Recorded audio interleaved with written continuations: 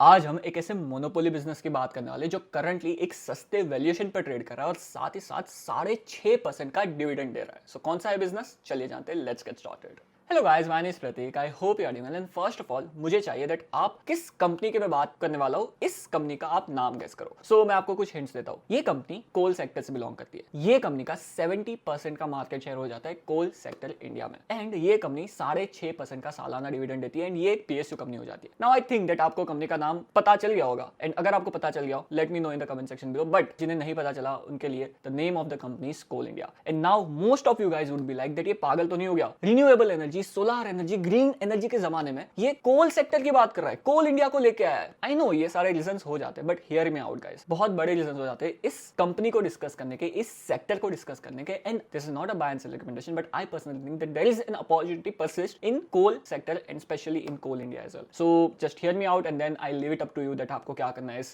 Information का। So the first reason जिसकी वजह से मुझे लगता है that traditional source of energy है वो कहीं नहीं जाने वाले at least for next 10 to 15 years. जो एनर्जी हमें मिलती है जैसे कि वुड से, जैसे कि ऑयल एंड गैस से, जैसे कि कोल से, इन सारे सोर्सेज से जो एनर्जी मिलती है हमें वो कहीं ज्यादा है compare to lithium ion, compare to solar energy. So मैं आपके सामने डेटा पेश करना चाहूंगा जहां पर अगर हम सबसे पहले जहां से हम एनर्जी निकालते थे प्राचीन काल में, अगर हम देखें तो वुड से, वुड को जला के हम एनर्जी निकालते थे। वुड से हमें 15 से 20 मेगा जूल पर केजी की एनर्जी मिलती है। वहां से हम थोड़ा आ गया है जहां पर 70s की बात करें, 80s की बात करें, जो रिवॉल्यूशन हुआ वो पूरा रिवॉल्यूशन हुआ कोल के बदौलत। And coal is a more denser source of energy जहां से हम ज्यादा एनर्जी निकाल सकते हैं। एंड अगर हम कोल की बात करें तो पर केजी ऑफ कोल अगर हम जलाए तो उससे हमें 24 to 30 mega joule of energy मिलती है। सो यहाँ पर आप देख सकते हो 15 to 20 वुड से हम थोड़ा आगे गए एंड यहाँ पर हम आ गए कोल में जहां पर हमें 24 से 30 मेगा जूल की एनर्जी मिलती है। अगर हम और ज्यादा आगे आए तो हमें डीजल मिला एंड डीजल से अराउंड 44 मेगा जूल की एनर्जी निकलती है। सो हम और ज्यादा डेंसर सोर्स ऑफ एनर्जी के पास चले गए जो हो जाता है डीजल। उसके ऊपर अगर हम आए तो वहां पे हम आ जाते हैं नेचुरल गैस में एंड यहाँ से हमें एनर्जी मिलती है 50 to 55 मेगा जूल्स की। सो आप देख सकते हो दैट ह्यूमंस कम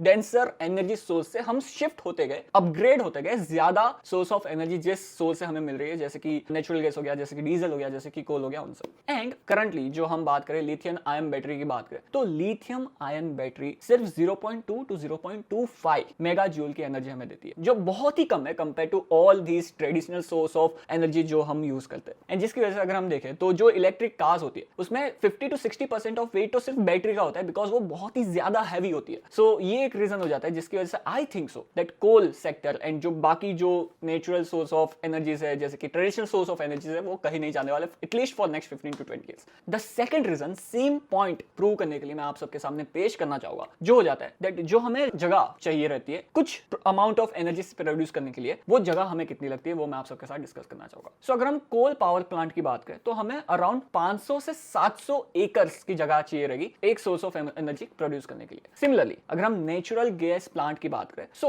वहां पे हमें अराउंड 125 to 250 एकर्स का जगह चाहिए रहेगा एक certain amount of source of energy generate करने के लिए। अगर हम न्यूक्लियर पावर की बात करें तो 500 से 1000 एकर्स की जगह चाहिए रहेगी हमें same source of energy produce करने के लिए। बट वही सेम सोर्स ऑफ एनर्जी हमें अगर सोलार से प्रोड्यूस करनी है तो वहां पे हमें 7,500 से 12,000 एकर्स की जगह चाहिए रहेगी वही same amount of energy produce करने के लिए थ्रू सोलार, जो एक रिन्यूएबल एनर्जी हो जाती है। सिमिलरली अगर हम विंड एनर्जी की बात करें सो वहां पर हमें 25,000 से लेकर 75,000 की जगह चाहिए रहेगी एक certain source of energy produce करने के लिए। And now you might be thinking that ये इतना वेरी क्यों रहा है 7,000 से 12,000 की रेंज, 25,000 से 75,000 की रेंज, बिकॉज हम सोलार की बात करें बहुत ज्यादा क्लाउड आ गए तो जो सनलाइट है वो डायरेक्टली नहीं पड़ेगी एंड जिसकी वजह से जो एनर्जी प्रोड्यूस होगी वो कम प्रोड्यूस होगी सोलार से। अगर हम विंड की बात करें तो अगर बारिश आ गई, अगर हवा नहीं चल रही अच्छे से, जिसकी वजह से जो जगह हमें रिक्वायर्ड रहेगी वो बहुत ज्यादा रहेगी। सो ये सेकंड रीजन हो जाता है जिसकी वजह से आई थिंक दैट जो ट्रेडिशनल सोर्स ऑफ एनर्जीज है वो कहीं नहीं जा रहे for at least 10 to 15 years. The another reason जिसकी वजह से मुझे लगता है दैट ये जो ट्रेडिशनल सोर्स ऑफ एनर्जीज है वो कहीं नहीं जाने वाले for next 10 to 15 years at least, जो ये हो जाता है दैट एक रेशियो है जो हमें हेल्प करता है डिटरमाइन करने के लिए कि कितना एफिशिएंट सोर्स ऑफ एनर्जी है वो। सो यहाँ पर द रेशियो इज EROEI, जिसका फुल फॉर्म हो जाता है energy return on energy invested. Simple meaning जहां पर हम कितनी एनर्जी हम इन्वेस्ट कर रहे हैं एक सर्टेन अमाउंट ऑफ एनर्जी निकालने के लिए। सो यहाँ पर अगर हम देखें तो न्यूक्लियर इज द बेस्ट जहां पर 75x, तो अगर हम एक एनर्जी दे रहे हैं तो वहां से हमें 75 टाइम्स एनर्जी मिल रही है, बहुत ही अच्छा नंबर हो जाता है। अगर हम हाइड्रो पावर की बात करें तो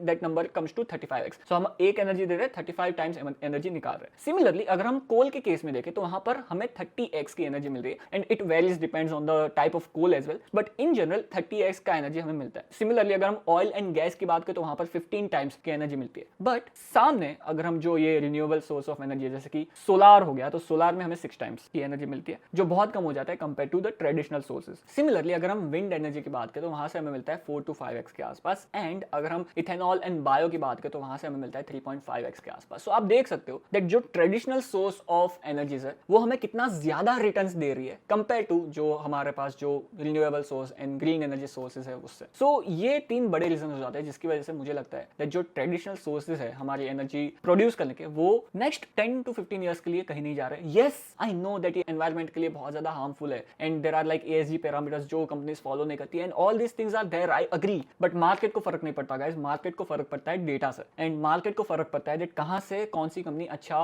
रिटर्न निकाल सकती है अपने इन्वेस्टमेंट पे, एंड अपने शेयर होल्डर्स के लिए अच्छी वेल्थ जनरेट करके दे सकती है। And that's why I am discussing this particular thing with you. Now I want to discuss that यहाँ पर जो सबसे बड़ी कंपनी हो जाती है, we all know Coal India. Coal India का अगर हम मार्केट कैपिटलाइजेशन देखें तो 2,30,000 करोड़ के आसपास का मार्केट कैपिटलाइजेशन है, and the return on capital employed is 63.6% के आसपास, ROE इज 52% के आसपास। So really huge company and really good company owned by the government of India, जहां पर around 63% of the ownership is with the government only. So yeah it's a really huge company, really old company as well, and the biggest company in this particular sector. But यहाँ पर now we might be thinking that okay, मान लिया कि भाई हाँ coal sector में है opportunity है, तो कोल इंडिया का स्टॉक प्राइस क्यों परफॉर्म नहीं किया लास्ट, अगर हम डिकेड की बात करें। सो यहाँ पर आप देख सकते हो पिछले डिकेड की अगर हम बात करें तो कोल इंडिया का स्टॉक प्राइस नीचे ही आया है, पूरे साल में कोल इंडिया के स्टॉक प्राइस ने कुछ भी नहीं किया। So now why you are thinking that next couple of years या फिर नेक्स्ट डिकेड में कोल इंडिया का स्टॉक प्राइस अच्छा करेगा। सो पहले मैं आप सबके साथ डिस्कस करना चाहूंगा दैट ये जो लॉस्ट डिकेड था कोल इंडिया के लिए वो क्यों था। So the thing is that Modi government के पहले जो गवर्नमेंट थी, जो हमारे मनमोहन सिंह की गवर्नमेंट थी, वो बहुत ही ज्यादा बुलिश थी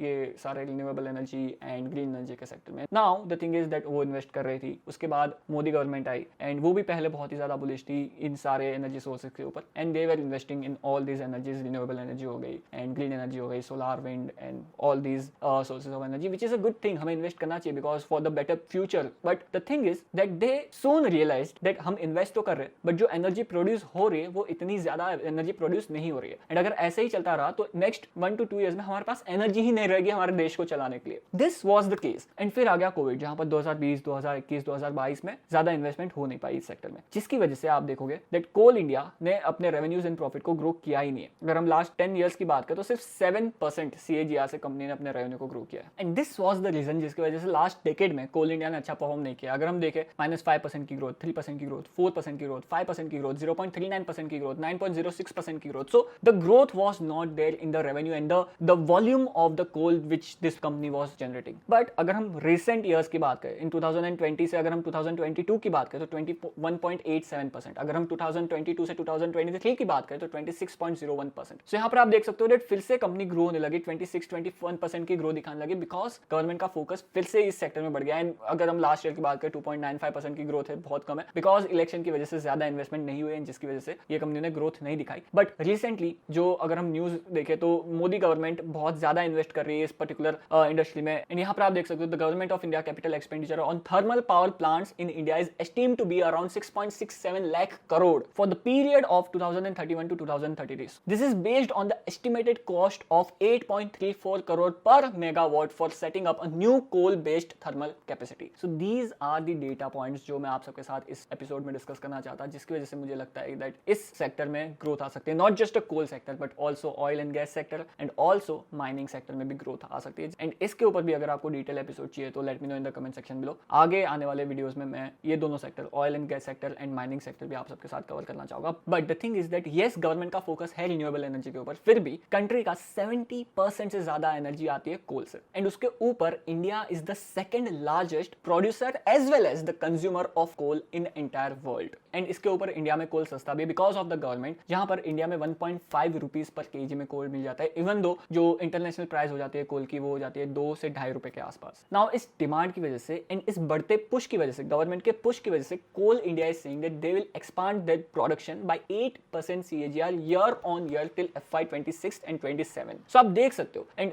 8% आपको लग रहा होगा कि बहुत छोटा नंबर है, but Coal India is a huge company and ये कंपनी 8% का CAGR प्रोडक्शन में इंक्रीज करना चाहती है, जो बहुत ही बड़ा नंबर हो जाता है इंडिया के लिए नहीं, पूरी कंट्री में अगर आप कंपेयर करोगे तो ये बहुत बड़ा नंबर हो जाता है कोल सेक्टर में। सो जिसकी वजह से मुझे लगता है दैट कोल इंडिया के पास एक बहुत ही बड़ी अपॉर्चुनिटी है, स्पेशली जब वैल्यूएशन बहुत ही ज्यादा सस्ते ट्रेड हो रहे हैं कोल इंडिया के, जो हम आगे डिस्कस करेंगे। अगर हम वैल्यूएशन की बात कर ही रहे, so let's discuss the valuation of the company. But उससे पहले आपकी एक्सपेक्टेशन बहुत ज्यादा बढ़ ना जाए, उसके पहले I just want to tell you that Coal India से आप मल्टीबैगर रिटर्न्स नहीं एक्सपेक्ट कर सकते, 25, 30, 40% के रिटर्न्स नहीं एक्सपेक्ट कर सकते। अगर आप एक स्टेबल इन्वेस्टमेंट चाहते हो जहां पर कंपनी बोल रही है 8% CAGR से वो अपने प्रोडक्शन को ग्रो करेंगे एंड जो नंबर ऑफ एम्प्लॉइज है वो भी कम होती जा रही है, जिसकी वजह से कंपनी का रिटर्न ऑन कैपिटल एम्प्लॉयड बढ़ेगा, क्योंकि नंबर ऑफ एम्प्लॉइज कम हो रहे हैं एंड जो प्रोडक्शन वो बढ़ रहा है, जिसकी वजह से ऑपरेटिंग लिवरेज कंपनी को मिलेगी, जिसकी वजह से कंपनी का प्रॉफिट एंड रेवेन्यू बहुत अच्छे से ग्रो हो सकता है। So now if you want a stable investment जहां पर 6, 6.5, 7% की डिविडेंड आपको मिलते रहे, एंड अगर हम कंपनी के पी रेशियो की बात करें तो company is trading at the P multiple of 6.91 times, जो बहुत ही सस्ता हो जाता है। 6-7 टाइम्स के प्राइस टू अर्निंग मल्टीपल पे वो कंपनी ट्रेड होती है जिसके पास कोई ग्रोथ नहीं होती। सो अगर कोल इंडिया जो बोल रहा है 8% से अपने प्रोडक्शन को ग्रो करने का, ये सच में कर सकता है in the near future for next 3 to 4 years. साथ ही साथ इसके ऊपर अगर आप 6.5% का डिविडेंड आप जोड़ दो तो ये कंपनी अराउंड 12 से 15% की CAGR ग्रोथ दिखा सकती है for their investor. Not a buy and sell recommendation, this is my analysis. And यहाँ पर company is also saying that जो कोल प्रोडक्शन ट्रेंड है वो बढ़ रहा है। आप देख सकते हो कि यहाँ पर 5% के कोल प्रोडक्शन से they are like touching the 10% का mark. So this is the reason why, जिसकी वजह से मैं आप सबके साथ ये कंपनी डिस्कस करना चाहता था। एक सस्ते वैल्यूएशन पे ट्रेड कर रही है, मोनोपोली कंपनी है, डिविडेंड अच्छा देती है एंड इस सेक्टर में ग्रोथ आउटलुक भी बहुत अच्छा है, गवर्नमेंट का पुश है, डिमांड है। So that's why I thought that it would be helpful for you guys to discuss this company with you guys. And yes, there are like some opportunity present in the oil and gas sector as well. So if you need a video about that, let me know in the comment section below. I'll come up with the video soon. So yeah, thank you for watching this episode, and for more such kind of videos, subscribe to Pratik Invest and milte next episode mein. Tab tak ke liye goodbye.